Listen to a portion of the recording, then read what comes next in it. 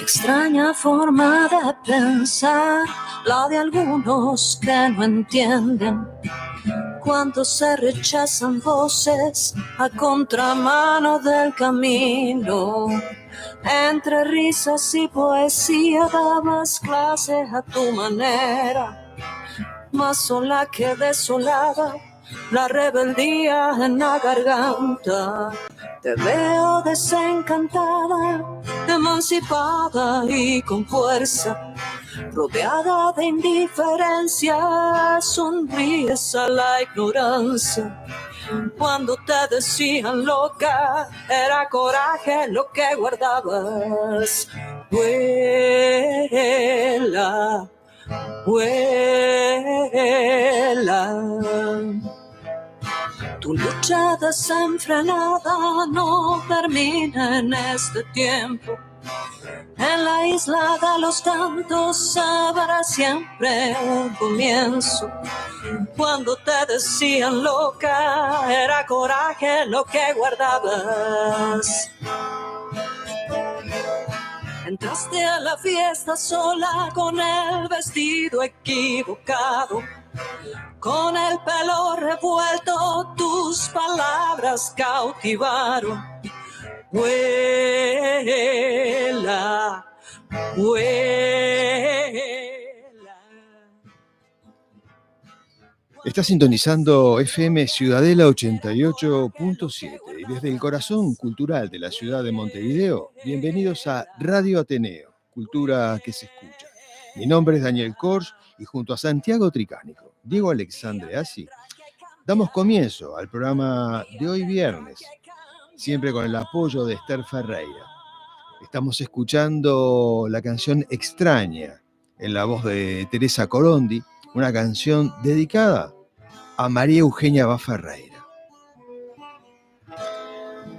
Damos inicio entonces al programa con siempre la agenda cultural, pero también vamos a tener la Odisea de Santiago, con Santiago Tricánico, vamos a tener Hablarte, el segmento del artista plástico Diego Alexandre Assi, y también en Diálogos de Café vamos a recibir al escritor Miguel Graña.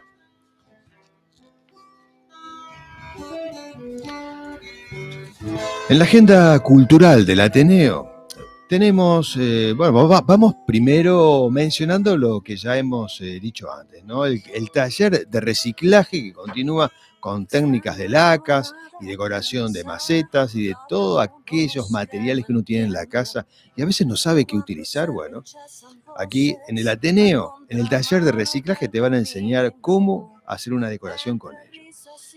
También vuelve el evento de ToysCon, que esto va a ser el 11 y el 12 de mayo, que el año pasado convocó a más de 1.500 personas y el evento nació hace 4 años, en una exhibición donde hubo modelos a escala, vehículos coleccionables, y que el año pasado en el Ateneo también se presentó un concurso de fotografía con bandas en vivo, y esto de los shows también vuelve este año, porque va a haber algo muy novedoso que van a hacer. Estas bandas que hacen covers de las seriales y de las películas, de cómics, pero van a estar vestidos además como los héroes y también villanos. Así que va a ser toda una fiesta en el Ateneo. También se dan clases de francés, y esto lo da el profesor y diplomático Javier Volonté, donde nos deja un teléfono para poder contactarlo, es el 2-908-0835. La agrupación Herbu, que lleva varios años, ¿no, Santiago? Varios años. Más de 12 años en la Montevideo. Sí, muchos años, siempre visitando nuestro país y siempre después dando una charla donde, cuentan esas experiencias de reconocimiento, porque Herbu es el Grupo de Estudios y Reconocimiento Geográfico del Uruguay. La entrada es libre y es a las 19 horas. También se dan clases de historia reciente y también sobre el nazismo en Uruguay a cargo del profesor, acá presente, Santiago Tricánico. Muchas gracias. También hay clases de guión de cine y de formación audiovisual por el director Gabriel Díaz, a quien nos acompañó en el primer programa hablando sobre su película Brujas. También llega el 21 de junio, Teatro para los Sentidos, en su gira 2024, con la dirección de Silvia Di Scala, una experiencia que es algo fantástico, Sí, claro. Santiago, porque viste que vos te sentás en la sala con los ojos vendados Exacto. y es toda una experiencia sensorial a Sí, base. sí, sí. Apunta a lo sensorial, justamente. Sí, sí, sí, apunta a eso, ¿no? O sea, son palabras donde despiertan los sentidos. Una experiencia que nunca la tuve y quizá lo haga, Sí, quizá sí, lo yo haga. tampoco nunca la tuve. Creo que está interesante ver qué sucede. Así que están todos invitados al Ateneo, 11 y 12, dije. No, 12 perdón. El 21 de junio, Teatro para los Sentidos. Me estaba confundido porque el 12 de abril fue la muestra del artista plástico Ángel Caballero, Atemporal se llamó. También se dan clases de dibujo y pintura por Diego Castellucci, así que todos aquellos que gusten acercarse al Ateneo para aprender algo más, con David Castellucci es el profesor indicado. También están las clases de teatro que ofrece la actriz y periodista María José Pedraja, que nos va a visitar nuestros estudios, Santiago. Vamos a tener una entrevista con ella. También hay clases sobre historia del arte con el profesor Carlos Bruneto. Hay clases de fotografía que imparte la profesora Giselle Espinosa. Y también hay un curso de gestión cultural, un clásico, ¿no? Es un clásico del Ateneo. Sí, claro, sí. Que es, bueno, con el objetivo de desarrollar proyectos culturales y de dirección y gestión, que además obtuvo algún premio, ¿no? de la Intendencia Municipal de Montevideo. Un reconocimiento fue, ahí está. También hay una clase sobre, o un taller, mejor dicho, de etiqueta y protocolo. Acá creo que tendríamos que ir nosotros, Santiago. La verdad que sí. Etiqueta y protocolo, que lo da la profesora Nora Porro, que también nos va a visitar en el estudio, y vamos a conversar sobre estos talleres, sobre también otra actividad que ella tiene en radio. También está el taller de lectura y escritura de la profesora Kidia Mateos. Está el taller de historia sobre Luis Valleverres por el profesor Nelson Chagas, profesor y escritor, que nos va a visitar el viernes que viene. Está Jorge Chagas con nosotros. Ah, sí, no me dijo, mirá. Sí. No, esto fue algo que se concretó hoy. ¿Esa bandija qué es? Hizo que mi mejor amigo. ¿Viste? Pero quería sorprenderte. Está bien. Quería sorprenderte. También estuvo la exposición de arte de dualidad cromática por parte de dos profesores, el psicólogo Daniel Esponda y Leonel Cabrera, que exploran entre las luces y las sombras. Esto estuvo maravilloso. Como siempre, el Ateneo ofrece una gran gama de propuestas que apuntan a eso, ¿no? A elevar la calidad cultural de nuestro país. Por supuesto, esa es la idea. Y lo que ha hecho durante toda la historia, ¿no? Toda su historia. Historia que tú vas a seguir contándonos, pero antes de llegar a la historia del Ateneo contigo, sí. Vamos a ver el estado del tiempo. Porque viste que yo le decía a Esther, todos los programas tienen estado del tiempo. Nosotros tenemos nuestro estado del tiempo. Así que vamos a dar. ¿Lo decís por Esther, el estado del tiempo? No, Esther nos da la información. Ah. Nos pasa la información del satélite que tiene Esther, la emisora. el de Artigas. Exacto, sí. Una donación que hubo. Así que les cuento que para hoy viernes el clima a esta hora se presenta de pura inspiración. Caramba. Y así va a permanecer hasta mañana al mediodía. La humedad se halla según la emoción que todos ustedes tengan. Y la temperatura será de acuerdo a la sonrisa y a las ganas que le pongan a las cosas que estén haciendo. Porque el clima, como decimos acá en la radio, el clima lo pones vos. Está muy bueno. Y ahora viene el segmento de Santiago Tricánico. Y el bote para el domingo. Sí, el domingo lo dejamos para otras propuestas. Yo los remos ya. El domingo se encarguen otros de darles todo el tiempo. Bueno, muy bien. Vamos a la odisea de Santiago Tricánico. Estuvimos hablando el otro día de la historia del Ateneo. Muy puntualmente, no hicimos mucha investigación. Pero vamos a contar historias del Ateneo en donde el Ateneo es partícipe de distintos focos de la historia del Uruguay. Por ejemplo, está incorporado por esencia el Ateneo a la laicidad. Clarísimo. A la laicidad, más allá de cuando se separó la Iglesia del Estado, allá por la reforma de la Constitución de 1918, bajo la presidencia de Baltasar Brum, que se decidió que la Iglesia no tenía más injerencia sobre las políticas estatales, que no es un hecho que puntualmente pasara en ese año 1918. El proceso de secularización de la Iglesia uruguaya, de la sociedad uruguaya, viene desde muchísimo tiempo atrás, no viene desde la separación de la Iglesia del Estado. ¿Por qué decimos esto? Porque el Ateneo estuvo presente en esos debates de laicidad, de filosofía, de racionalidad, de religión, de una sociedad todavía que, la religión católica era la que monopolizaba la educación, los sectores más amplios de la sociedad. Y siempre el Ateneo mostró una neutralidad con respecto al pensamiento religioso, respetándolo obviamente, pero entendiendo que debía ser laico, entendiendo que cada uno tenía que tener la religión que quisiera, optaba por la libertad de pensamiento y de creencia, obviamente, pero no intervenía como tal lo manifestaba el Estado. El Ateneo tampoco quería entrar en ese debate. Debate que obviamente después se termina realizando con el Club Católico por aquellos años. Pero ¿qué tenemos que recordar de ese proceso de secularización? Lo más importante.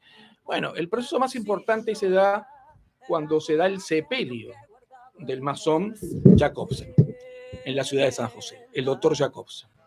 El doctor Jacobsen fallece y el propio capellán que le dio la extrema unción solicita que sea enterrado en Tierra Santa, en Tierra Sagrada, o sea, en un cementerio católico, y las jerarquías eclesiásticas se oponen terminantemente a su inhumación.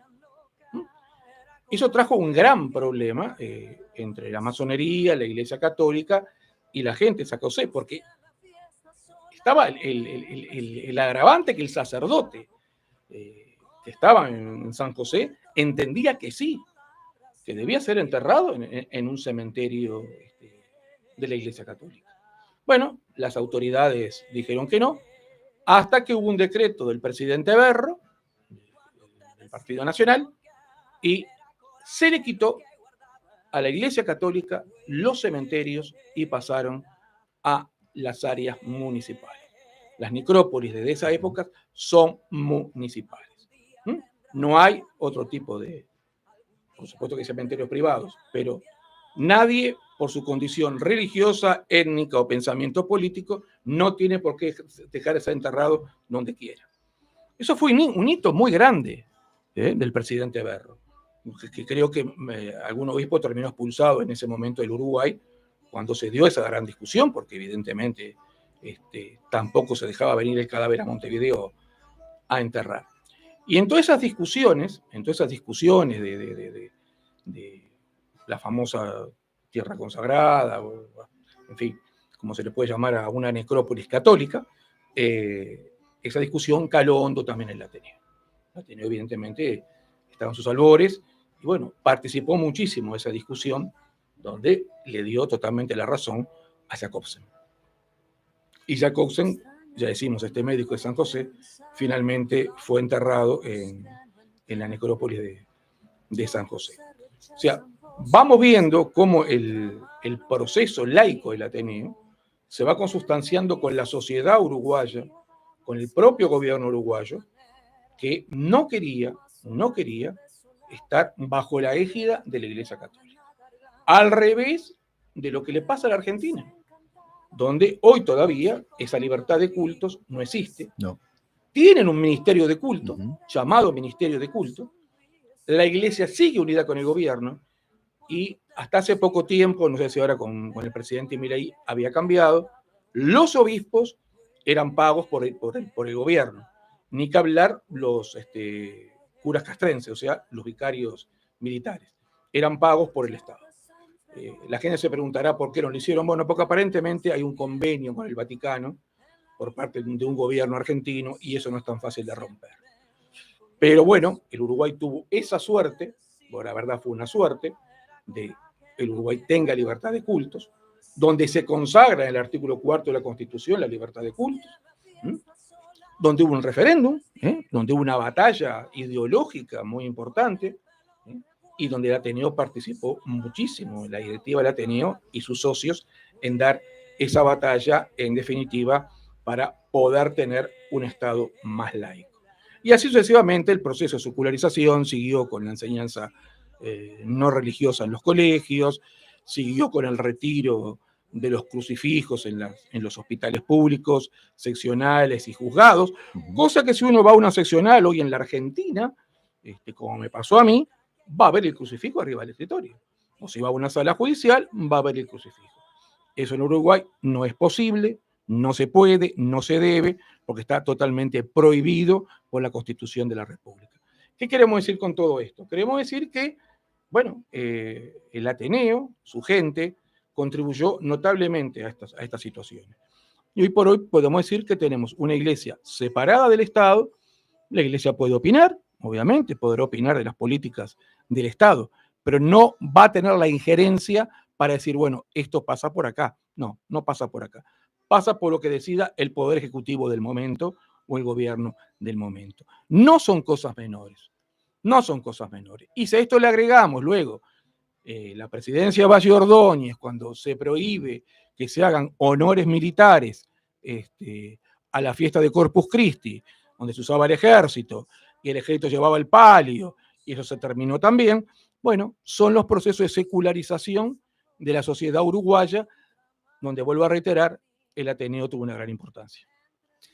Yo me imagino, como tú estás contando ahora, el momento que se vivió con todo esto. Debe ser interesante no haberlo visto, ¿no? Sí, pero también puedo hacer un paralelismo y traerlo al presente. Si ese problema se hubiera tratado en este momento hoy acá, ¿no? Como, o sea, me refiero a las redes sociales, ¿no? Cómo la gente no quiero ni pensarlo. Hubiera explotado esto de otra manera, claro, ¿no?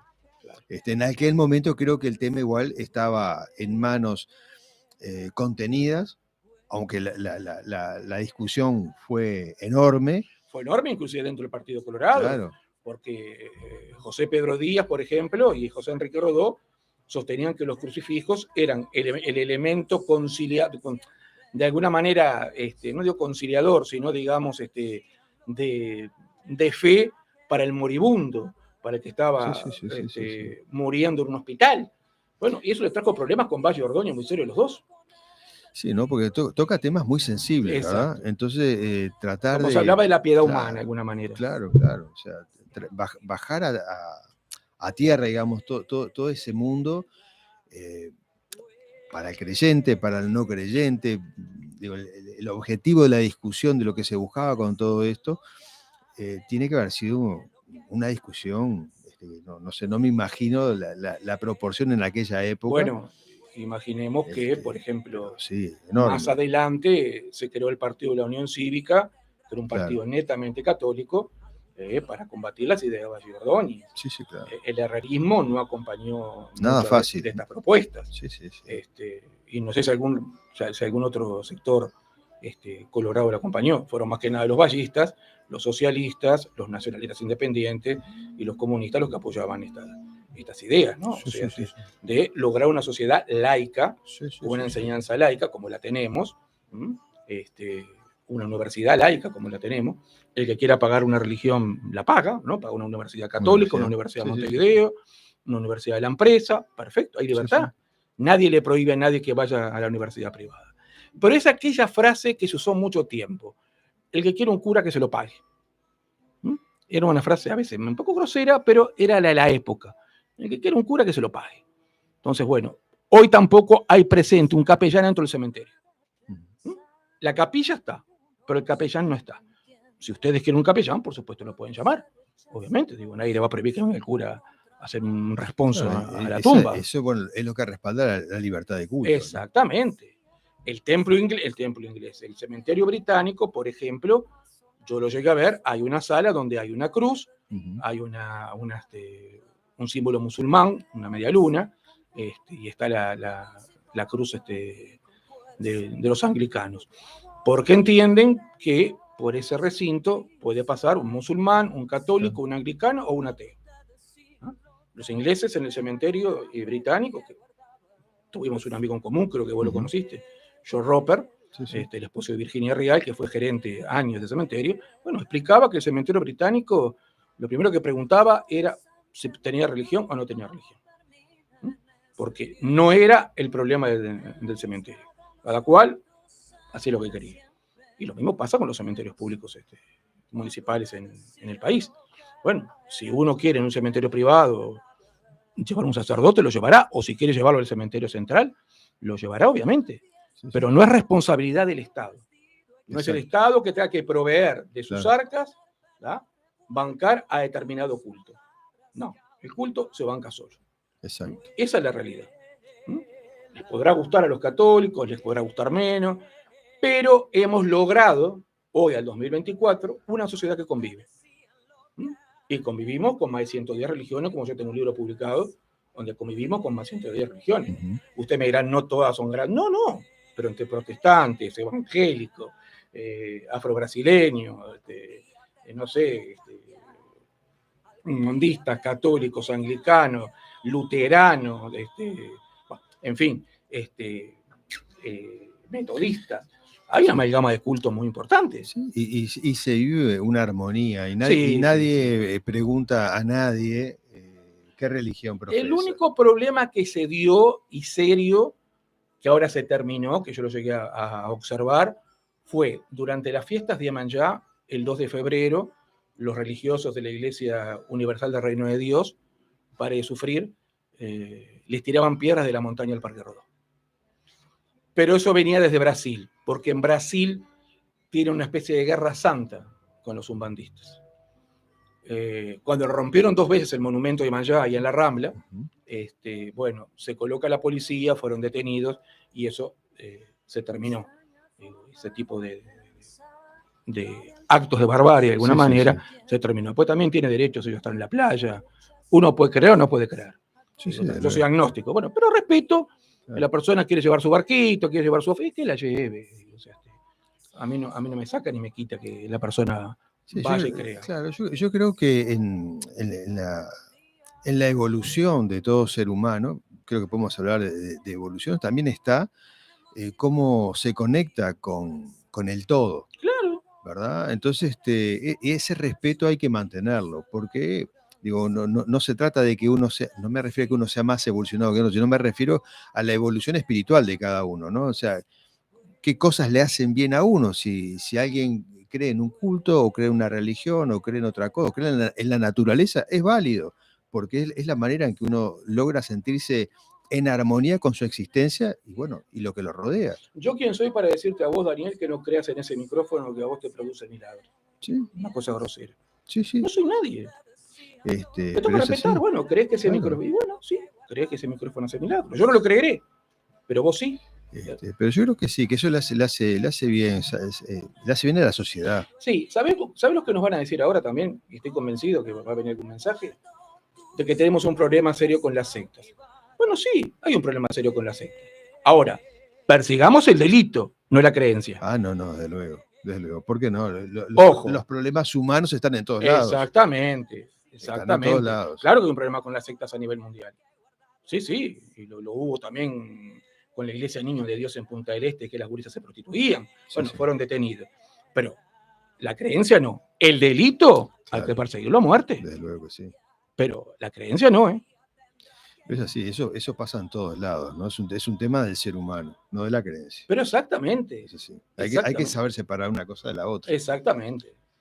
Santiago, ¿te parece? Vamos al arte ahora, vamos al otro segmento con Diego Alexandre Así, que desde España, desde Alfaz del Pi, Alfaz del Pi, mira vos. Es un lugar maravilloso. Maravilloso. Pues yo no tengo ni idea de dónde. Yo fui a España nada más que al aeropuerto Baraja. Lo único que conozco. ¿Y qué aeropuerto? Es enorme, es un mundo el aeropuerto Baraja. Hasta me perdí todo, no me hagas hablar. Bueno, vamos a recibir a Diego. Estamos ya con el otro invitado. Hablarte con Diego Alexandre.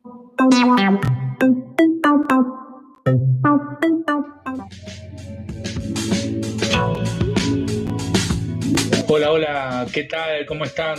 Una alegría enorme de estar un viernes más en este espacio que se llama Radio Ateneo, junto a Daniel, junto a Santiago.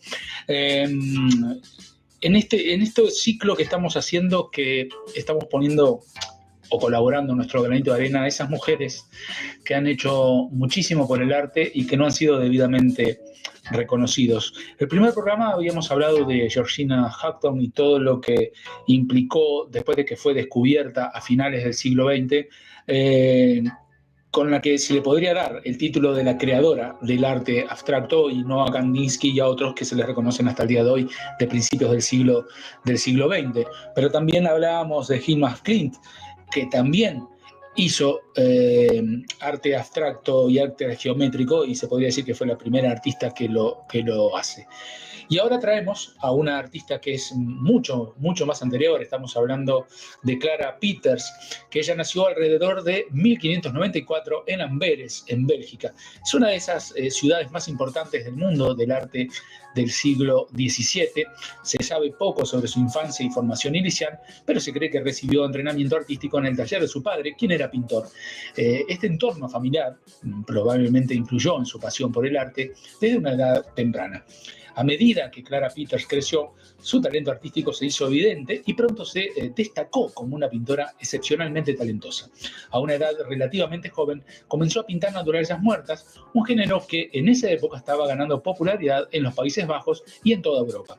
A través de sus obras, Peters demostró un dominio excepcional de la técnica, así como una sensibilidad única para capturar la belleza y la luminosidad de los objetos cotidianos. A lo largo de su carrera, Clara Peters viajó ampliamente por Europa, expandiendo así su perspectiva artística y estableciendo conexiones con otros artistas y mecenas importantes. Se conocen obras suyas en ciudades como Amberes, Bruselas y La Haya, lo que sugiere que tuvo una presencia significativa en la escena artística de la época. A pesar de su éxito como artista, la vida personal de Clara Peters sigue siendo en gran parte un misterio. No se conocen detalles sobre su vida familiar o romántica, y la mayoría de la información que tenemos sobre ella se basa en su obra y en registros históricos de la época. Clara Peters continuó pintando hasta al menos la década de 1630, dejando un legado duradero en el mundo del arte. Su obra, aunque menos conocida que la de algunos de sus contemporáneos masculinos, ha sido redescubierta y valorada en tiempos más recientes, destacando su importancia como una de las pocas mujeres pintoras activas en el siglo XVII. Su contribución al género de la naturaleza muerta y su habilidad para transformar objetos cotidianos en obras de arte atemporales le han asegurado un lugar destacado en la historia del arte flamenco y europeo. La técnica de Clara Peters en la pintura de naturalezas muertas se caracteriza por su atención excepcional al detalle y su habilidad para capturar la textura y la luminosidad de los objetos. Sus obras están marcadas por un realismo asombroso que a menudo desafía la expectativa del espectador. Uno de los aspectos más notables de la técnica de Peters es su uso magistral de la luz y el color. A través de sus sutiles juegos de luces y sombras, logra dar vida a los objetos representados en sus pinturas cuando una sensación de profundidad y tridimensionalidad que es impresionante. Otro elemento destacado de la técnica de Peters es su capacidad para representar una variedad de materiales y texturas con gran precisión, desde la suavidad sedosa de las frutas hasta la rugosidad de los metales. Cada objeto en sus obras está pintado con un nivel de detalle impresionante, lo que demuestra su dominio completo del medio. Además de su habilidad técnica, Clara Peters también se distingue por su composición cuidadosamente elaborada. Sus naturalezas muertas suelen estar organizadas de manera equilibrada, con cada objeto colocado estratégicamente para crear una armonía visual. Esta atención al diseño y la disposición de los elementos contribuye a la estética general de sus obras y refuerza su impacto visual. En resumen, la técnica de Clara Peters es un testimonio de su genio artístico y su dedicación al oficio de la pintura. A través de su habilidad para capturar la belleza y la complejidad de los objetos cotidianos, logró crear obras de arte que siguen cautivando hoy en día a los espectadores de todo el mundo.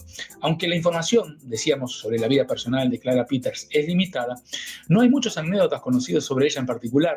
Sin embargo, puedo compartir algunas anécdotas generales relacionadas con el mundo del arte en el siglo XVII que podrían ayudar un poco a contextualizar su vida y obra.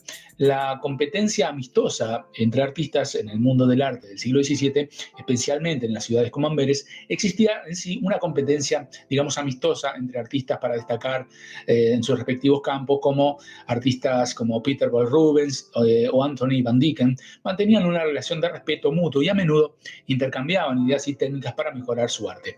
Aunque Clara Peters no estuvo directamente involucrada en esta competencia, el ambiente artístico en el que trabajaba podría haber sido influenciado por estas dinámicas. Aunque este género se consideraba de menor importancia en comparación con la pintura histórica o religiosa, muchos artistas, incluido ella, Clara Peters, encontraron belleza y significado en la representación de objetos cotidianos. Se cuenta que algunas personas coleccionaban naturalezas muertas como símbolo de estatus social, lo que demuestra la apreciación que se tenía por este género en la época.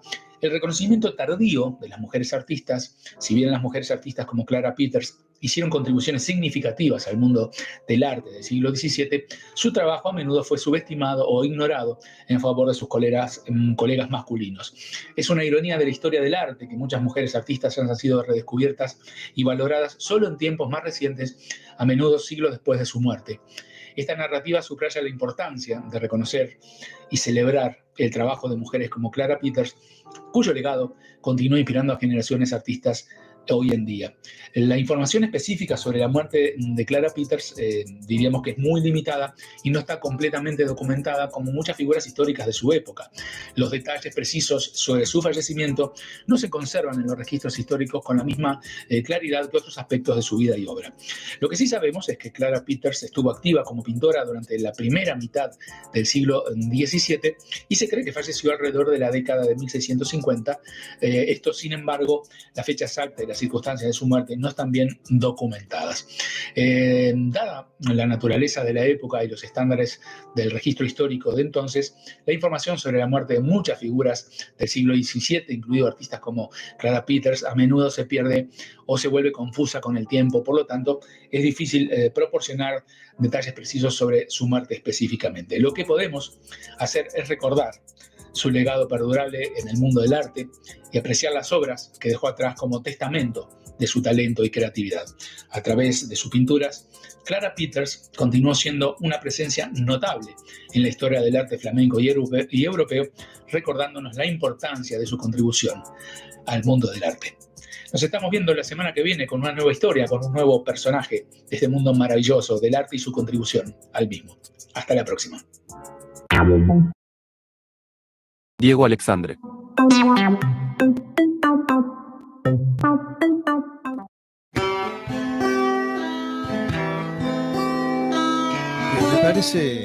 Me parece realmente increíble todas estas historias que nos cuenta Diego Alexandre de los artistas que en épocas tan antiguas hacían un trabajo maravilloso, ¿no? Hoy esta artista belga, Clara Peters, que ya han pasado 444 años de su existencia física en este mundo, pero si ustedes ven los cuadros que todavía existen, creo que son 39 cuadros que se conservan de ella, tienen un realismo que parece que uno estuviera viendo fotografías. Y con la particularidad que tenía ella de pintar en algún brillo de una copa o de un plato su imagen chiquitita, pero era un reflejo como si ella realmente estuviera allí. Me parece algo fantástico esa calidad de detalles y ese dominio del arte plástico. Pero bueno, otra artista, como decía Diego, que en su momento no fue considerada por ser mujer, proviniendo incluso de una familia de artistas. Bueno, recibimos a nuestro invitado de hoy en Diálogos de Café, que de momento es un diálogo de café sin café. Eso es virtual. Es virtual, sí, claro, lo nuestro es semi, entre lo virtual y lo físico. Todavía no hemos conseguido sponsor para el café, esa es la verdad de las cosas. Bueno, bienvenido Miguel Graña a Diálogos de Café. Bueno, muchas gracias. De Miguel Graña, vamos a decir que nació en Minas, departamento de La Valleja, obviamente, un 13 de junio, no sabemos de qué año, pero se conserva bien Miguel Graña. No lo quiso decir. ¿Cuánto me dan? ¿Cuánto me dan? 60. Y 6. 66. Y 6. Año 57. Año Casi, 56. casi con el rock and roll. Sí, exactamente. Época de Carl Perkins. Sí, sí. Bueno, estudió en la Escuela Municipal de Arte Dramático, estudió flauta traversa. Lo escuché tocar la flauta, Santiago, y toca. Mirá. Sí. Bueno. Toca muy bien. Ya un día lo vamos a invitar con la flauta. Para el ¿Cómo próximo no? libro, que sea con la flauta. Pero trabajó también en Wambia, en suplementos como Verb, y también en la revista Punto y Aparte. También trabajó en teatro, ha hecho cine también. Sí, Miguel un Graña. poquito. Así que un hombre polifacético en el mundo del arte. Hoy nos visita con su libro La pandemia del vampiro y otros cuentos políticamente incorrectos, donde, bueno, Miguel Graña acá maneja la ironía. Maneja la ironía como una figura literaria donde lo que se expresa puede ser algo muy diferente o contrario a lo que se dice o escribe. Con lo cual también yo creo que corre sus riesgos. Hay que ver ahora después que nos cuenta, ¿no? ¿Te han sabido interpretar con este libro, Miguel? Sí, el público que está afín, con la salvedad de que son cuentos políticamente incorrectos, se van contra el discurso hegemónico, que satirizan la realidad de una forma que no se está usando mucho ahora. Yo cuando era adolescente, de niño y adolescente, tenía una barra de amigos que íbamos al cine y leíamos mucho y se usaba mucho este tipo de humor. Un poco antes de trabajar en Wambia me formé un poco como lector con la revista Humor Argentino, la Sex Humor, toda la serie que lo había hablado contigo, de la editorial Columbia, del Intervalo, el Tony, que eran historietas hechas por argentinos. D'Artagnan, que hacían adaptaciones de película, que las veíamos la película y después veíamos la adaptación de la película. Y bueno, y Mad. Sí, la Mad, algo sí, no llegaba mucho a Minas, pero de estas revistas que es más, mucho. Perdona que te interrumpa, sí, pero sí. La tapa de La pandemia del vampiro a mí me hace recordar mucho a Mad. Sí. Tiene Sí, yo cuando la conocí, ¿no? La revista Mad me gustó mucho. Y creo que era el momento ideal para hacer algo así, primero porque uno satiriza normalmente, bueno, la política, la vida social, la pareja, las relaciones humanas, pero bueno, cuando hay una situación social muy absurda, muy surrealista, como vivimos hoy, vendría a ser como la zafra del humorista, ¿no? Y más que nada yo hago humor, más que literatura es humor, es el cuento corto, el cuento el efecto, la satirización, el absurdo, mezcla de humor negro con absurdo.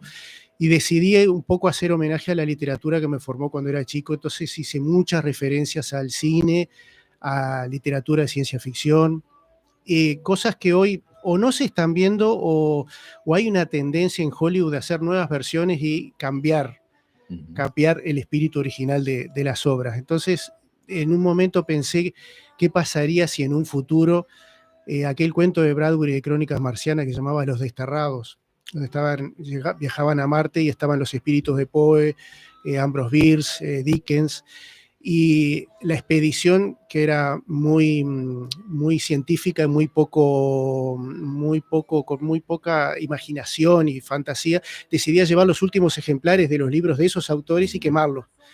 Entonces, los espíritus querían atacar a esos terrícolas y eliminarlos antes que eliminaran la obra, porque era la verdadera muerte. Al eliminar el último volumen de las obras de esos autores, era la verdadera muerte. Y al final no llegan a tiempo y entonces al quemar las obras ellos se desvanecen. Y tenía la idea yo de que podía pasar, y está pasando.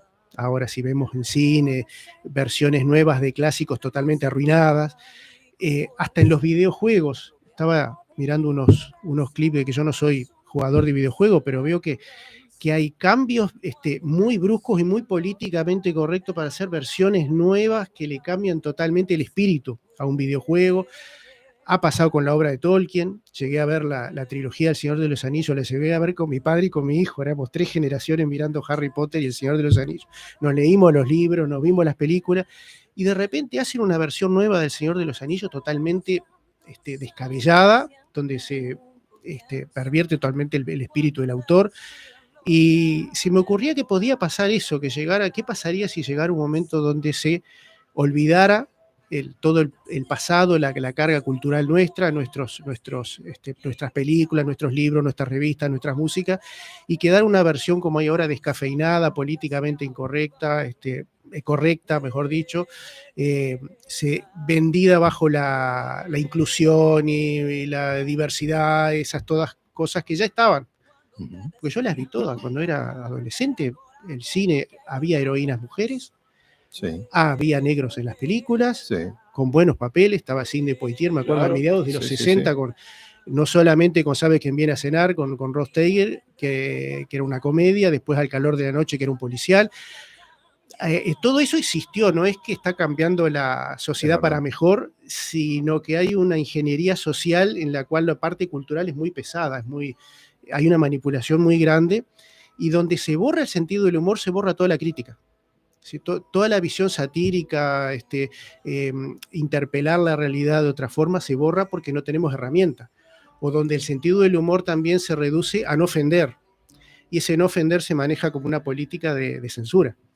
Sí, yo creo que la ironía que tú manejas en estos cuentos, o la ironía en general, es una línea muy delgada, ¿no? Porque, ¿qué pasa? Si el mensaje llega claro, también se puede entender como sarcasmo.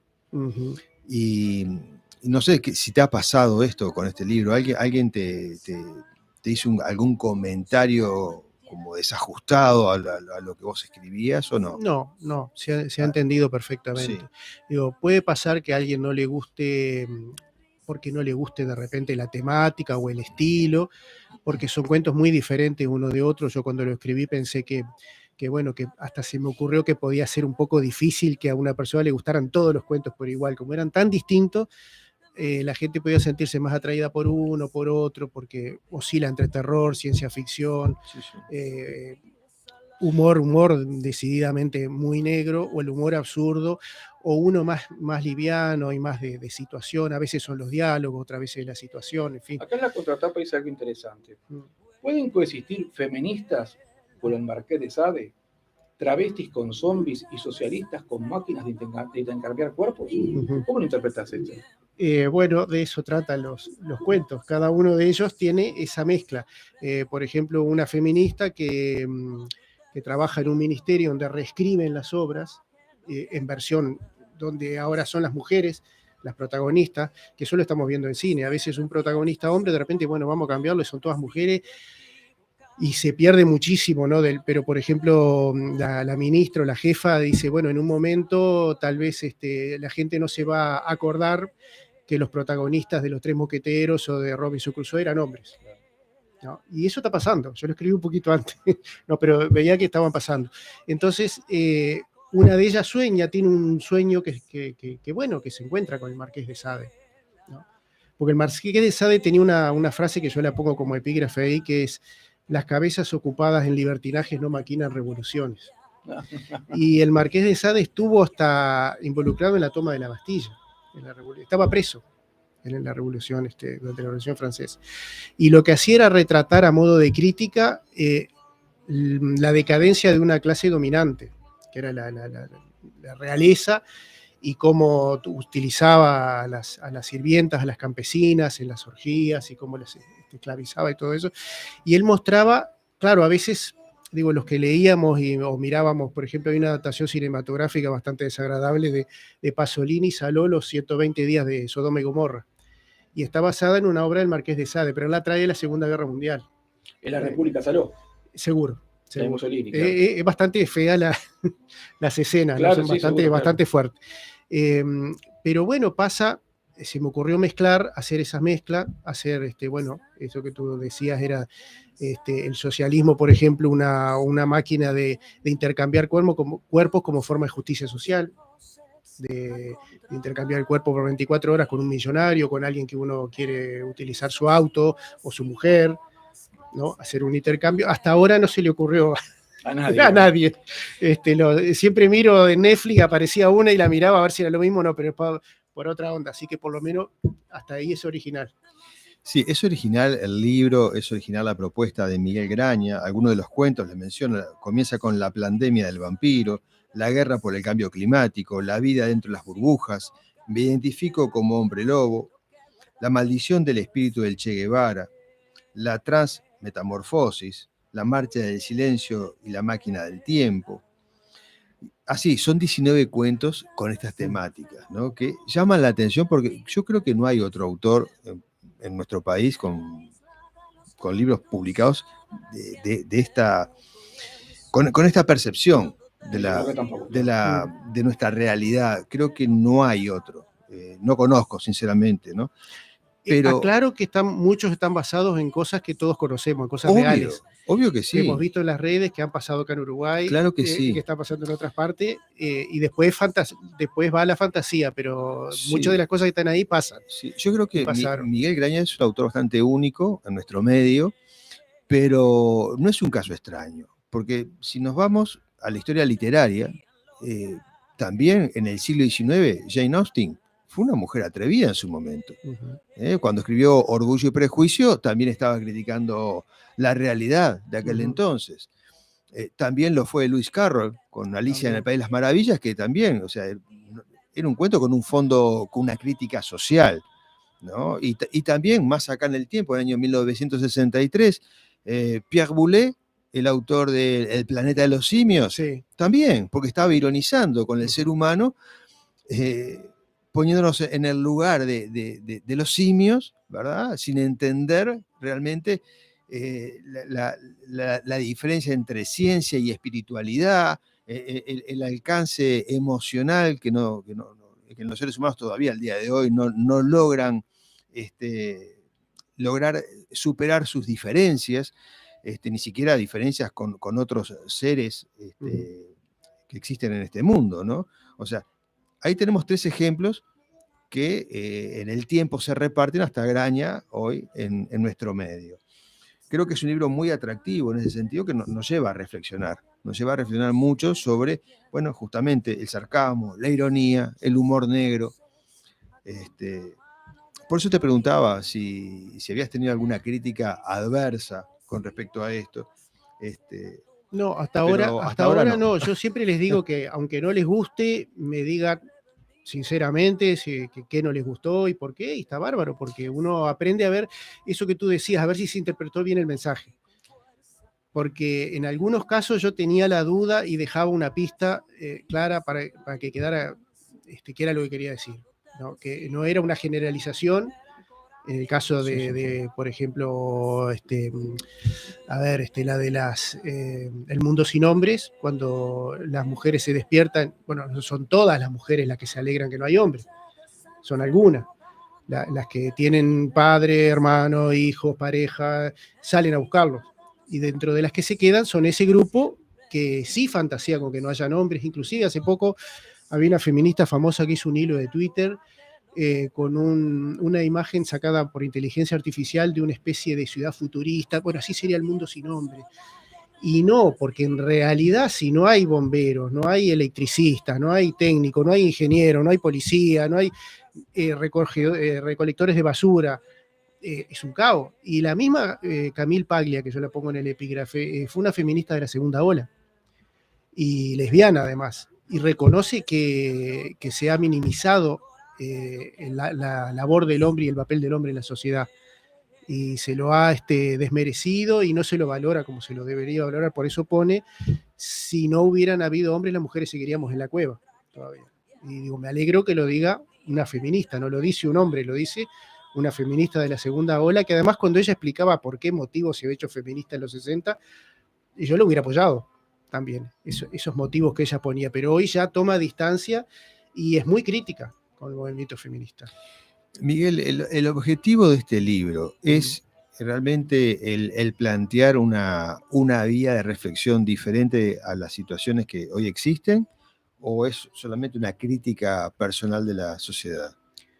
Y es un poco todo, mucho de esto lo pensé como algo para las nuevas generaciones, que no vivieron lo que yo vi, que hoy no se está haciendo, no hay revistas ni hay cine, con la excepción, diría, de Relatos Salvajes, la película argentina de hace tiene como 10 años ya o más. Excelente película. Excelente Ella película, rescató sí. el espíritu de una película que yo había visto, que cuando hicieron un ciclo humor negro en Cinemateca, había una película que eran cortitos, que se llamaban Los Monstruos, en blanco y negro, era de Dino Risi, y era Vittorio Gassman, así de una editora, se había vestido de mujer, así de una editora, y Alberto Sordi.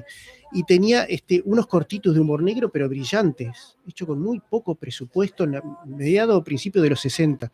Entonces, digo, no había nada de eso. Digo, qué oportunidad para hacer un poco un legado, por un lado, otra cosa es una reflexión, una visión muy personal, y después un ejercicio que me gusta, así de satirizar la realidad, buscarle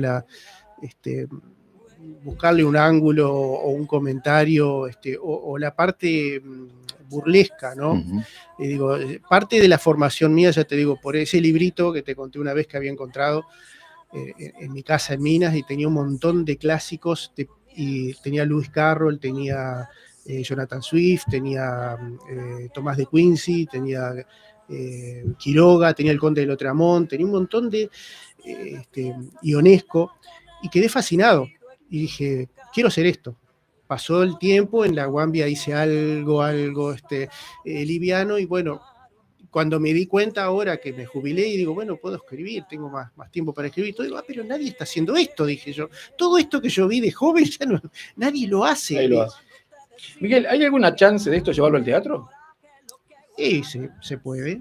Sí, se puede. Pues Sí, era muy cómo no, interesante, ¿no? El cómo no. efecto Sí. visual de... Sí. Yo como estudié guión y hice guiones de adaptaciones, hice una adaptación para radioteatro de un cuento de Quiroga, hice una adaptación para teatro del libro de Butazzoni, El Tigre y la Nieve, que se dio por allá por el 2010, hicimos las funciones, le gustó mucho el autor, dicho sea de paso, y hice algún guión para cine también, entonces siempre me gusta meter acción, entonces yo pienso mucho en imagen, entonces como que sí, se puede hacer en cine, se puede hacer en teatro. Acá hay un cuento que se llama Los Cobifantasmas Anónimos. Creo que la esencia de ese cuento es, según mi lectura como lector, ¿no? Es el miedo. Sí. Lo que está presente allí es el miedo. O sea, más allá de la situación planteada, ¿no? Que todos vivimos cuando el COVID, hubo un momento que todo el mundo parecía que moría de COVID. Sí. O sea, pero la gente se moría de COVID y de otras cosas también. Claro. Sin embargo, el miedo estaba siempre dando vueltas en lo que era el COVID. Y en el cuento se dice, ¿no? Que la persona que había fallecido tenía todas las vacunas. Claro. Y se había muerto igual. Se había muerto igual. Y bueno, y el miedo está allí de forma desgarradora. Y en aquel entonces no se pensaba en la otra gente que moría por depresión, por suicidios, los problemas familiares de violencia doméstica aumentaron, se dispararon, Sí, ¿no? sí, claro. Y al día de hoy, ¿no? La violencia cómo sigue. Pero en aquel entonces todos esperaban a ver la noticia del informativo para ver cuántos muertos habían por COVID. Claro. Y la gente moría de cantidad de otras cosas también. Sí. Como Había desaparecido la resultado. gripe. También. Claro. Porque una vez di con una tapa del Observador, creo del 2014, y había como 2.000 o 3.000 personas muertas de gripe y de enfermedades respiratorias. Y de repente desaparecieron todas y todo el mundo moría de COVID. Cuando empezaban, inclusive, me acuerdo que el epidemiólogo que llevaba en los canales de televisión decía al principio, y se murieron, 3 personas, pero uno tenía 88, el otro 90, y ¿de qué iban a morir? Todo, por lo general, los viejitos lo que más los ataca, porque lo que más está débil a esa edad es enfermedad respiratoria. Entonces de repente empezaron con que sí, pero le puede dar al más joven. Y ahí empezó la psicosis. Y yo empecé como que no, empecé a investigar, escuchar fuentes alternativas. Y dije, pero es más el miedo lo que se está trabajando acá que la realidad. Sí, por eso es lo que estaba presente en este cuento. Por eso creo que uno digo, más allá de cualquier otra consideración, el libro sirve para reflexionar sobre esos temas, ¿no? Por lo menos desde otra perspectiva, Claro. desde el humor negro, la ironía, pero bueno, los temas están allí, Sí. subyacentes. La última pregunta, porque ya nos vamos, estamos a segundos de terminar el programa. Creo que viene otro libro nuevo. Sí, está pronto ya. ¿Y la temática más o menos es la misma? Ahora es más, diría yo, más madura en el sentido de que esto tira a la aventura, a esos recuerdos de las películas de ciencia ficción. Esto es más, acá son menos cuentos, hay uno más largo, que es más absurdo, juega con otra cosa, pero después hago como una unión con cuentos clásicos, tradicionales. Por ejemplo, La violada mentirosa es un cuento del pastor mentiroso en versión de denuncia falsa, ¿no? Pero ambientado como si fuera un cuento de hadas, con un rey en un reino. Están como escribir un guión de una película progre, es la Cenicienta, Blancanieves y la Bella conversando entre ellas. Y después cómo llegan a una distorsión de la historia que todos conocemos porque el guionista lo hacen escribir otro relato. Fantástico, Miguel, ya nos estamos yendo. Bueno. Pero yo creo que, bueno, acá lo interesante es explorar el mundo creativo. Tu trabajo como artista es ese, o sea, buscar otras variantes diferentes, profundizar. Y esto sí, Santiago, que es algo que creo que una inteligencia artificial no puede escribir, ¿no? Esta forma de expresarse es propia del ser humano. Sí. Y no de todos los humanos. Tendría que estar viva. Tendría que vivir y tener experiencia. Yo no sé dónde leí que el hombre es sus circunstancias. No sé si es de Borges. No, es de soy yo y mis circunstancias de Ortega Gasset. Ortega Gasset, y las circunstancias. Amigos, nos vamos, nos encontramos el próximo viernes aquí en Radio Ateneo, Cultura que se escucha. Gracias Miguel por la visita. Bueno, muchas gracias a ustedes. Para siempre un comienzo, cuando te decían loca, era coraje lo que guardaba.